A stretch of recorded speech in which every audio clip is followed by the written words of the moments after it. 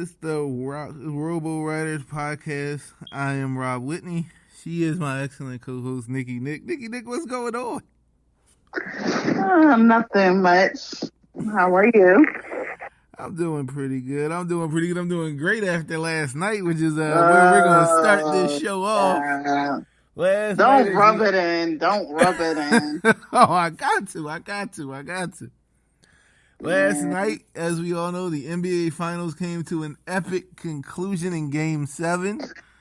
The Cleveland Cavaliers were victorious. I scored 93-89, picking up 2 wins in Golden State, erasing a 3-1 series deficit.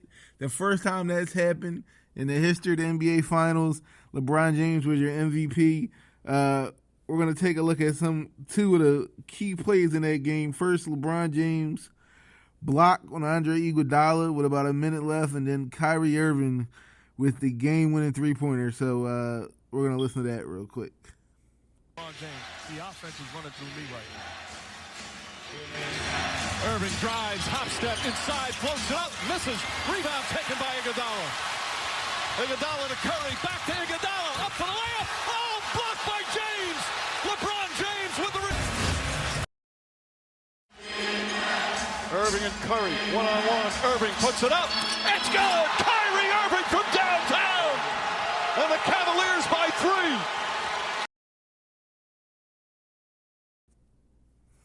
3. Nicky Dick, there you have it. LeBron James with the excellent defensive effort on Andre Iguodala, coming out of nowhere on the break to pin his shot. The ensuing possession, Kyrie Irving with ice water in his veins shoots the dagger 3 right in the face of the unanimous, is laughable almost now, MVP Steph Curry. So I gotta ask because I had a theory going that I thought maybe you jinxed him. I asked you last week on this very show, was it over? I told you to give him the death knell. Tell me it was over when they were up 3-1 and we went on right before Game 5 and you wouldn't do it. You yourself said it was not over, and how right you were. Nicky Nick, what are your thoughts on this series and how it concluded? Well, it was a great series. I can't lie, can't deny that it was a very great game. I want to say the best game probably was last night, in my opinion, probably in a lot of people's opinions. Yeah, absolutely right. But it was a great series, and it was a great effort on both teams, and I'm happy that LeBron won, kind of. Oh, no, my goodness, she said it. She said she was happy LeBron won. Somebody mark it down. Make sure we got it recorded. Yeah, I got to throw up for a second, but... throw me in your mouth a little bit. Yeah. But anyways, I mean, kind of deserved and all of that, et cetera, et cetera. So, congrats to the Cavs. And the city of Cleveland. And, better luck next year, Warriors. But, yeah, that's about all I have to say. I gotta ask you, what does this say about the legacy of Steph Curry after having such a crazy season in which he was a unanimous MVP, led the league in steals, and to have such an awful NBA Finals? I mean, was it just a bad performance? Do you think he might have been hurt? I don't want to say it was a bad performance, by Tyronn Lue's defensive scheme? I mean, what happened? I don't want to say it was a bad performance, though, because, I mean, they tried to pull out a win as hard as they could, and they just couldn't get it together. So one for 6 in the fourth quarter is not going to get it done from a league MVP.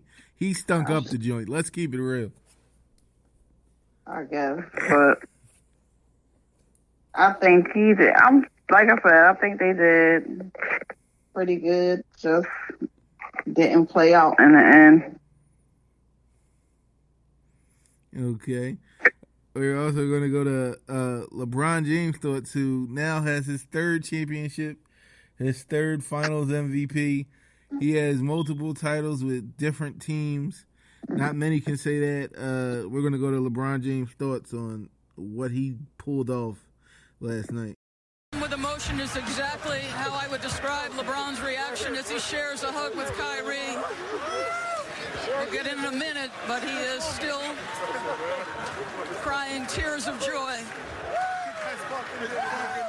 LeBron. I'm sorry, Doris. No worries, Kyrie. LeBron, as soon as that buzzer sounded, your emotions let loose. Can you describe what you're feeling right now?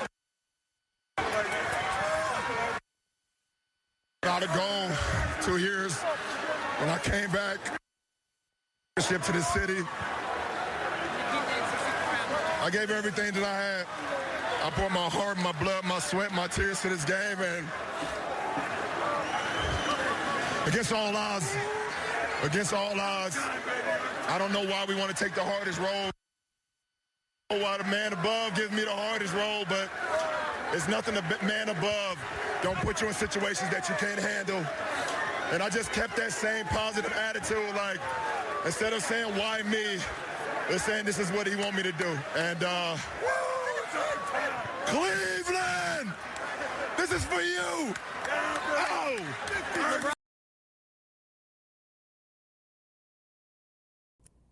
There you have it. That was LeBron James moments after a thrilling victory. Thanking the Lord, which is nothing wrong with that. And like he said, so many times we can say, why me, or just believe it as this is just how he wants me to do it.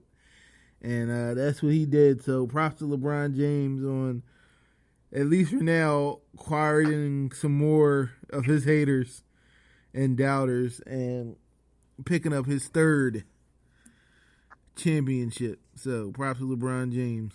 And I think we can end it there. I'm not sure if you have anything else to say on the matter. Nikki Nick? No. No. All right. On some more NBA note, this Thursday is the NBA draft. The Philadelphia 76ers have the number 1 pick. Nikki Nick, any thoughts on the consensus is that it's going to be Ben Simmons from LSU, or probably the kid from Duke. Do you think whoever they pick, that this whole Sam Hinkie thing has come full circle and we can look forward to the Sixers being successful in the future now? I hope so. I mean, it's pretty sad. Your team Sad ain't the word. like what was it, 10 and like 70 or whatever it was. So It was I mean, bad, whatever it was. I hope that they do get a good draft pick, whether they use that for leverage to get somebody else, or whether they actually utilize whoever they choose. But I think our city is just ready for a championship, ready for something. We've been trying to taste it and grab it and get it ever since the Phillies our last championship, which was the Phillies. So I think we're ready for it. We need it. Rebuild the team. Even if y'all don't go all the way, at least do much better than you did last season. So Yeah. we'll see. I'm with you We'll see on what that. happens. They can only go up from here. I'm with you on that. So from the hard court to the gridiron, we got some football to talk about, as we're probably both ecstatic that Fletcher-Cox got his money finally, so we can put that to rest. We don't have to worry about that. Had that holding over our heads all season. He got paid some enormous type money, something ridiculous, $103 million, 60 of it guaranteed over the next 5 years. How do you feel about that, Nick? Backing up the Brinks truck for the richest contract ever not given to a quarterback, Fletcher-Cox. I think he better put his money where his mouth is and prove to Philadelphia that he is worth every bit of that contract. But I mean, congrats to him. They put their life on the line sometimes. Most players, I would say, put their life on the line when they go out there and they play, and that's one false move, wrong move. It'll be career ending. So I think it'll be well deserved on his part. He just gotta keep doing what he's doing and show us that he's that multi-million-dollar man. Yeah, I gotta ask you, now that he did get paid, what does that say for Von Miller, who's looking to get paid? I mean, has Fletcher-Cox set the bar pretty high, and can Von Miller expect something in that range to get paid? Because he's over there like, yo, dude got that. I was the Super Bowl MVP. I gotta get way more. I gotta get more than that. Yeah. I mean, it does set the bar pretty high for a non-quarterback player. So it does create a tense situation there. But I guess depending on how his organization is and everything, he may have to shop around and go somewhere else, or basically they put up their money. But I was reading something, it was saying that I guess if he doesn't get what he wants or get something, a deal just as good as that, then he's thinking about setting this season out. So, I mean, I guess we'll have to see about it. But he first said that, on the Chelsea Handler show, he had no intentions of sitting out. Then he put on his Instagram the very next day that he made it clear that he will not play this season if it's under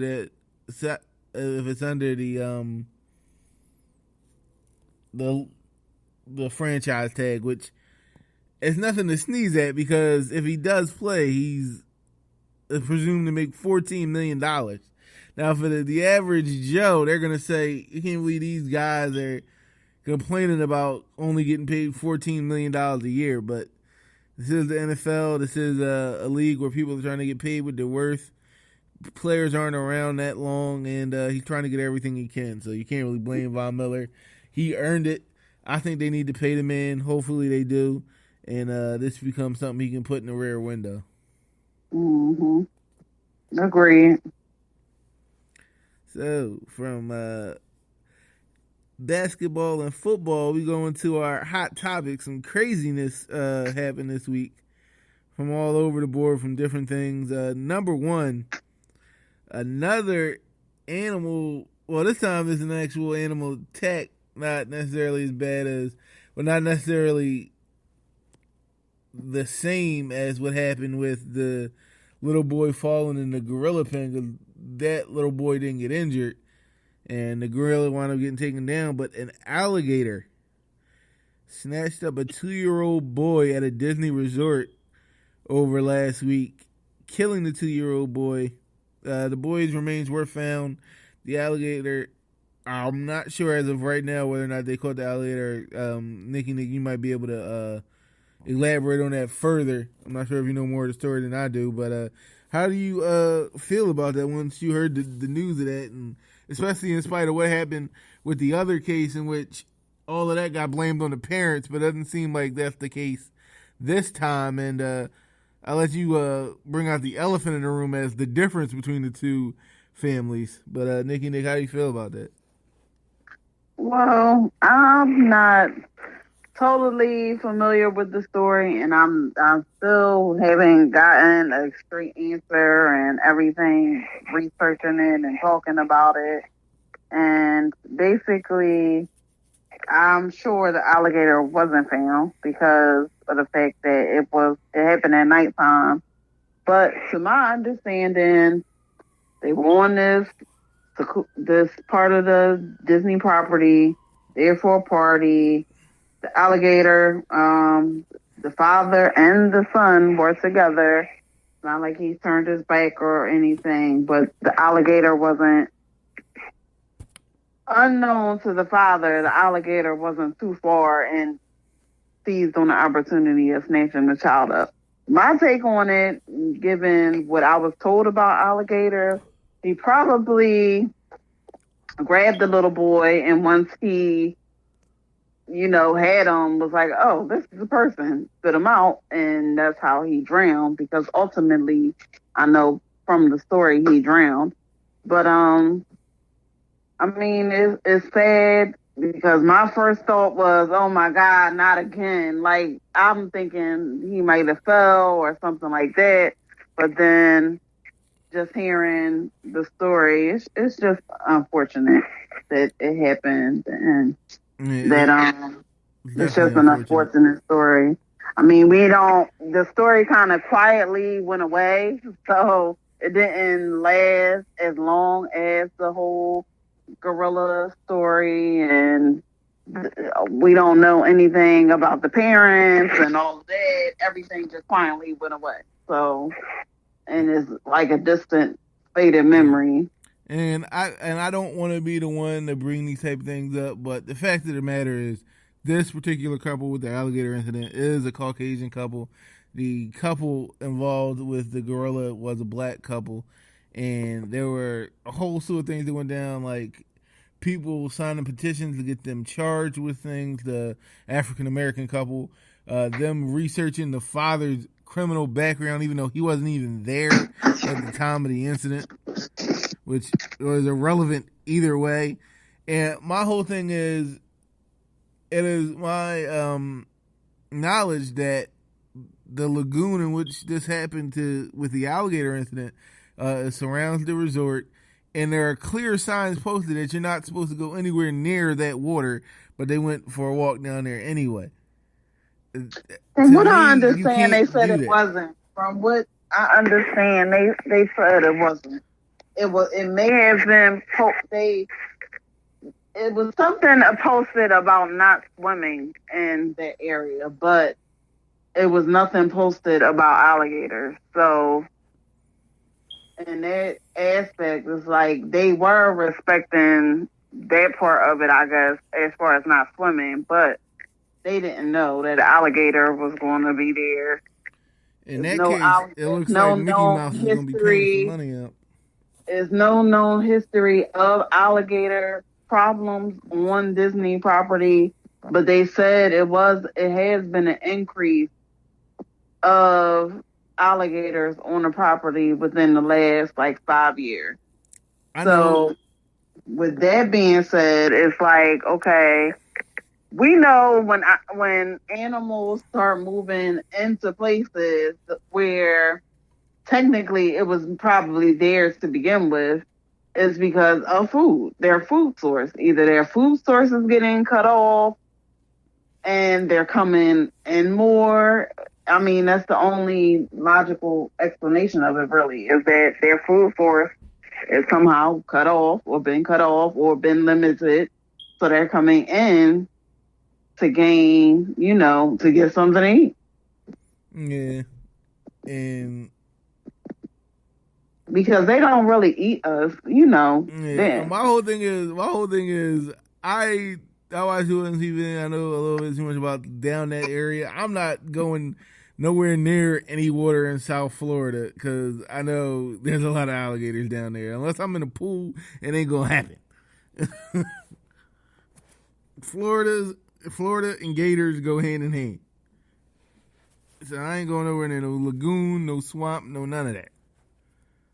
You ain't gotta show me a sign that say don't swim. I got you. Don't even worry about it. But it's just sad as well because, animals are able to decipher, okay, human, animal, this, that, the third, whatever categories, their brain does things. Yeah. And since it was at night, he's a small child, he probably looked like a little, not to say a little dog, but, something small of that nature to want to have the alligator to, chomp down on him. But like I said, since he drowned, more than likely, as soon as the alligator did bite him, chomp down on him, he was just like, oh, this is a person, and just spit him out. It's just unfortunate. You go somewhere on vacation, and whether it's the incident at the zoo or that incident, it's just sad that, you're there to have fun, you're relaxing, you have your guard down, and then something happens, to your child, to your family, that's devastating like this, and you'll never be the same from that. Yeah, it's none of their vacations from this point on will ever be the same because they'll always be thinking about this incident. But from bad to worse with our hot topics, not also this week there was a story of an assistant principal that was arrested for the disappearance and murder of a pregnant teacher. I believe at the school he taught at that he may have been having an affair with or something of that nature. But I just think just having something like this happen in that kind of setting at a school where the faculty is intermingled and somebody winds up dead is just crazy to me. I don't know what your feelings are on the subject, Nagina. I can agree because I mean, whether or not whatever is going on between two consenting adults, whether it's an affair or what have you, I mean, it was consenting, it was fun, I guess, for the time being, Yeah. but things got serious, so you decide to. I'm trying to say, like, you think you into dipping your pen in the company ink? No, but I'm just saying, I mean, things happen, and most of the time they happen at work. So, This is true. You can't see the same people over and over and over again, but for so long until all of a sudden things start happening, and all of a sudden you might be alone with that person for one reason or another, and you know.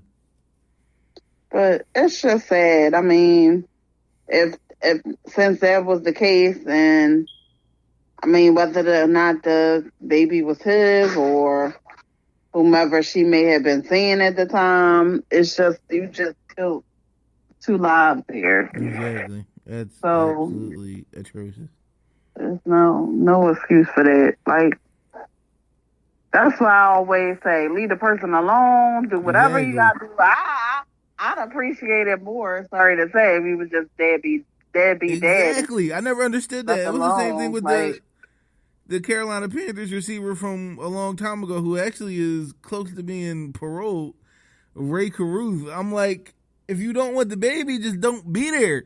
Matter of fact, you can give up your parental rights, and I believe once you do that, they can't even take you for child support, I don't think. It's like you don't exist. Yeah. You can wipe your hands of it, dude. Yeah. That is not the answer to that situation. If that was the case. Completely uncalled for, completely unnecessary. So many different options when it comes to that situation that taking somebody's life is definitely not the answer. Exactly. And I mean, I know how sometimes women can be like, especially, I don't know if he was married or not. Oh, I'm going to tell your wife. I mean, it might be that type of thing. Got your hat. But my whole thing is just like I said, I'd appreciate, I guess, if more you, like you said, sign over your rights, be a deadbeat dad, sorry to say, than to just kill the lady and her child.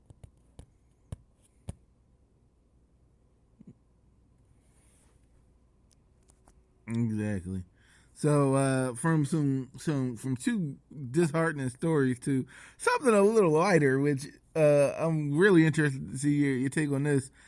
The hot criminal from maybe a few years back that everybody was going gaga over his mugshot on social media, Instagram, Facebook, Twitter.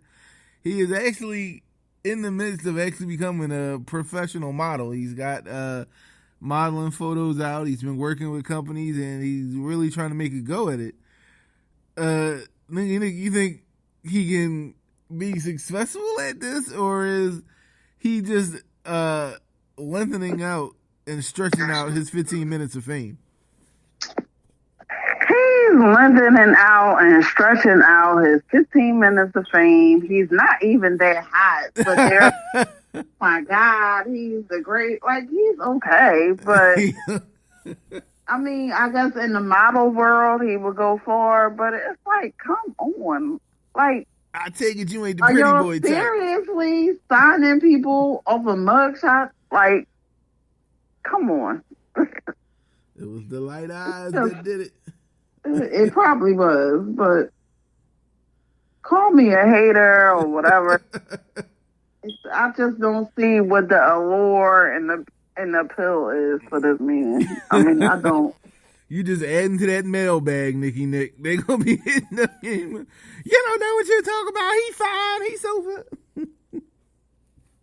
Hey, whatever floats your boat, girlfriend. Nicky Nick said, "No pretty boys over this way." He's not even a pretty boy. Like, Oh, why he's getting with light eyes is a pretty boy where I come from. No, okay, not from where I come from. So, anyway, those are our hot topics. We're going to go into our good look, bad look countdown. We talked a little bit about this first subject, whether or not it's a good look or bad look, earlier in the show. But is it a good look or bad look that the Broncos are still playing hardball with Von Miller and haven't come to a deal? drama sells. So everybody's, going to have all eyes on the Broncos come preseason, come the regular season to see if they are going to settle this issue before the season starts. I have a feeling miraculously a week or two before the season starts, all deals and everything will be settled. He'll be, he's suiting up, geared up, he's ready to go. Maybe not, but I just think it adds fuel to their Broncos flame fire that to get them to talk about them, get them relevant, get us wondering about this upcoming season that they may or may not be playing with Von Miller. I think you might actually be completely right. So, to me, it may be a good look because they got to worry about business. At the end of the day, football is a business. They got to worry about the cap. But I also think that with a talent like his, you don't want to slip up on that. You don't want to let that get away. But you cannot blame them. It's not such a bad look. You cannot blame them for trying to make sure that keeping him doesn't bankrupt the franchise and leave them with no wiggle room with the cap. So that's my opinion on that. Next, there have been several players in the NBA that have pulled out of this summer's Olympics over in, I think it's Brazil or something of that nature. I know it's South America. And a lot of people are citing the just atrocious health conditions down there, from the water to just the overall cleanliness of where they're at, the facilities. Steph Curry is among those that have pulled out, along with a long list of others. Is it a good look or a bad look that these athletes are pulling out of the Olympics? It's a bad look on the Olympics because whenever you have athletes, you have high or low heat. It affects their performance. It affects how they play. And ultimately, they have to be somewhere where they're going to be comfortable. Going to a different country, it may or may not be as, lavish or whatever as our country is here in the United States. But at the same time, you have to bid for places. You have to prepare for places. And you didn't just find out yesterday that you will host the Olympics. It should have been precautions and things set in place before and after you got the news that this is where you will be hosting the Olympics. So to me, it's no excuse. Not to say you have to cater the ground that athletes walk on, but in instance, you had the best people coming to compete on a global level, so it has to be together. It has to be pretty together. So maybe the Olympic Committee was a little bit hesitant on picking Rio for this time around. Maybe they should have waited and have them clean up their act, so to speak, before they chose the place. But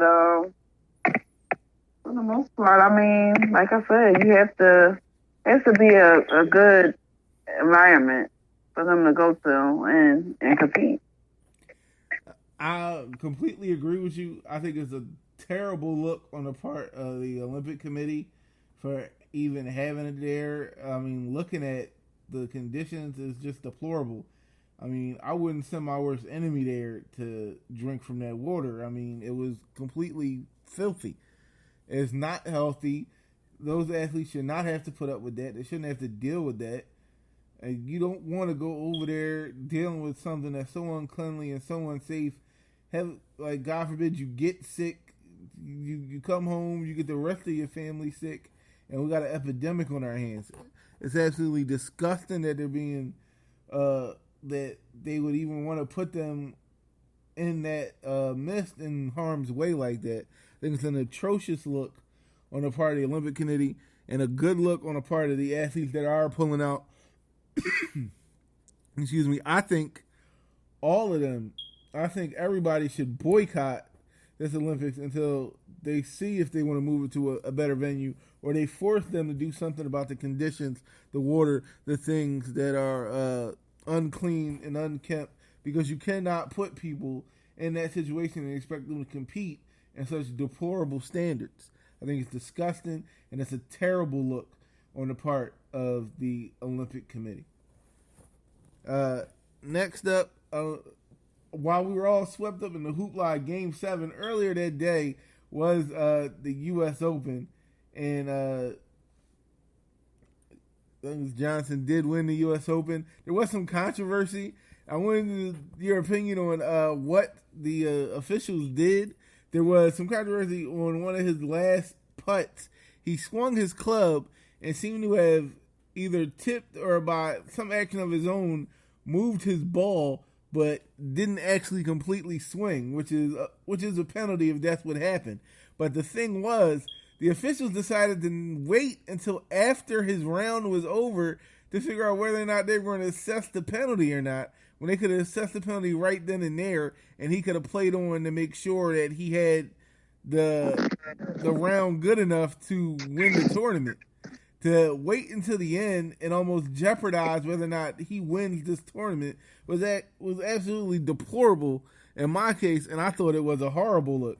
What would you think of a decision like that, Nikki Nick? I didn't watch it. All I can say is I don't know if this is the new trend or what. I mean, you had in the NBA Finals, Draymond Green getting suspended a game because of a late call. You had other instances recently that has happened in the NBA that they've done the same thing. So my whole thing is this going to be the new trend for sports? Like, you call the shots and determine something after the fact. Oh, I mean, I don't know if golf, it's instant replay and all of that as accessible as football and basketball. It should be. I'm pretty sure it's somewhere they can set up a monitor or something. At the same time, it's just, it makes no sense to penalize somebody after they can't replay their game. They can't do that. So why are you penalizing them after the fact? Yeah, because what if he finishes up one stroke ahead of the person behind him, and then you dock him the stroke, and now they even, and it becomes a playoff. And now he's got to go back out there, and he loses. That's the type of nonsense that can happen with those type of decisions. I mean, it's absolutely ridiculous. It's a terrible look on the USGA. It's just a terrible look on officials, period. Get it right the first time. Exactly. And, I mean, shoot. Even if you got to hold the game up everybody will probably be mad, of course, but hey, at least you're getting your call playing correct. Exactly. And speaking of basketball, this one, I think is apropos to end on this one. After the NBA Finals, we all know that with the age of social media, Twitter, Facebook, Instagram, The moment you lose, especially the way Golden State lost in the epic collapse, the memes were going to start flying and coming hot and heavy the minute the clock hit triple zeros. And I want to, but what kind of disturbed me, and we talked about this, and we kind of saw some memes and some that were a little bit outrageous. Where do you draw the line at? Is it a good look or a bad look? And I pretty much probably know your answer when you start including players' families and personal lives and spouses in these memes, and then you start to get outrageous. The example we're talking about is a meme that I did share with you, Nick, that had Seth Curry's wife, Aisha, her face posted on a woman in a precarious predicament from what I can only assume is an adult scene from an adult movie, with her head replaced with with the head of the female actress, and LeBron James and Kyrie Irving's faces replacing those of the male actors in this freeze frame. Nick, I need to know, with these memes, are they going too far? And if they are, memes involving people's families, wives, and things of that nature, their children, is it a good look or a bad look? I think it's a bad look because, I mean, we all get a joke out of it. It's so many out there for so many different situations. It's not even funny, but it is funny. But at the same time, to me, just saying it to me was disrespectful because this is this man's wife. Granted, we don't know what she looks like naked, but it's just, to me, that's just disrespectful. Like, if you had something to him or something crazy, that's different, but not with the man's wife. Like, that's just totally disrespectful. And I guess, to me, it's like, do y'all do that because she's such an active voice in his career? So it's like, that might be the case. Your way of shutting her up or whatever, or you so-called shutting her up? But I can see that, but I don't think you need to go that far. To me, it's exactly. I mean, I understand she's sometimes can be mouth almighty, tongue everlasting, and puts her little 2 cents in. And the other day, she talked about stuff being fixed and carrying on, and you want to come at her. It was. I agree with her. There were memes involving her that were done tastefully. There was one where it was like a freeze frame from the movie Friday, and it was Kyrie as Craig and LeBron as Smokey, and Aisha in the middle as her face was planted on that of Felicia, and the post saying, "Bye, Aisha." That's funny. I can do that. There's nothing wrong with that. That's actually hilarious. But going the other way with like adult images, that's a bit too much. Agreed. It's a bad look on whoever decided to do that. Yeah, it was definitely bad look. A little bit too far.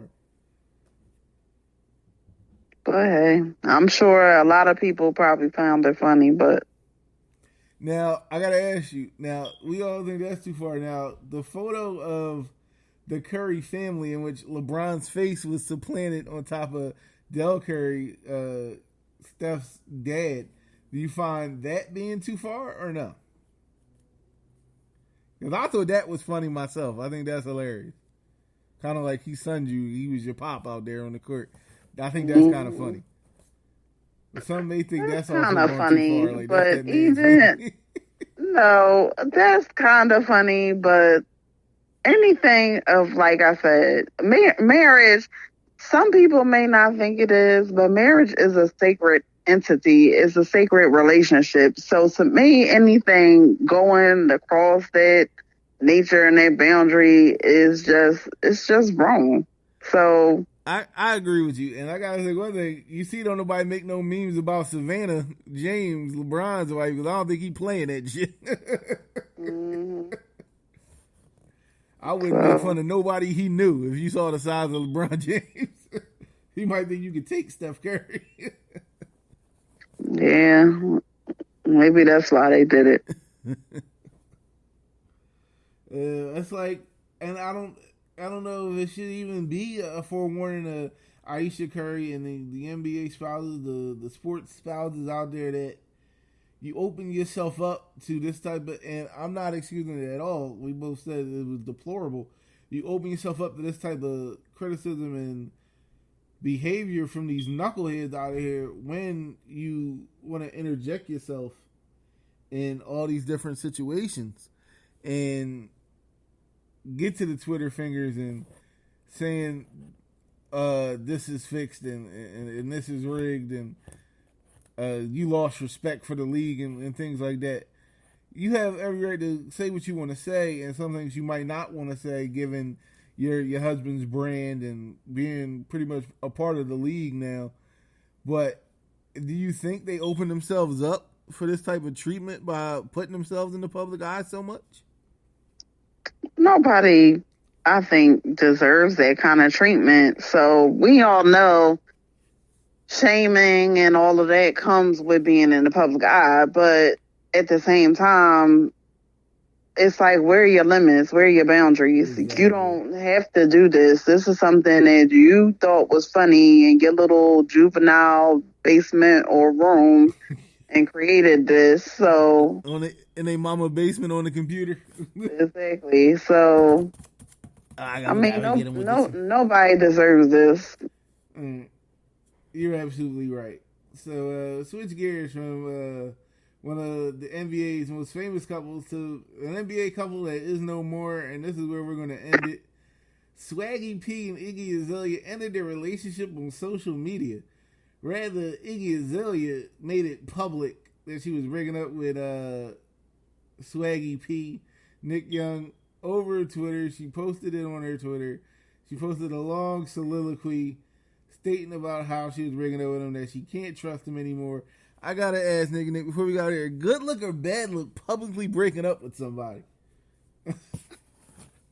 Well, I could have swore they broke up a while ago, but to me, that's just a bad look because... And to do it during the NBA Finals, like, you petty? You couldn't, you had to sneak it in while wasn't nobody paying attention to y'all? Yeah, she's just trying to make herself relevant. That's all.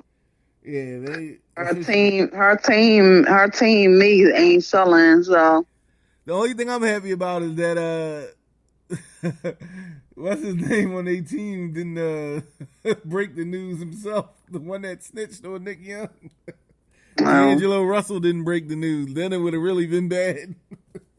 Definitely. But I gotta say, it's a bad look. I don't think any of that is anybody's business. I think that's the problem with a lot of those celebrities and things of people that are in the public eye. They put out a little bit too much, and you got everybody in a relationship and everybody questioning you and wondering this and wondering that, and then you got people speaking on your relationship that don't know nothing about it. So, to me, it's a bad look. Agreed. All right, that is going to do it for us this week. I have been Rob Whitney. She is Nikia Jones. I'm going to go somewhere and finish day 2, a celebration for LeBron James winning the NBA title. And I'll send Nick a box of Kleenex. Whatever. Bye-bye, Nick. Bye.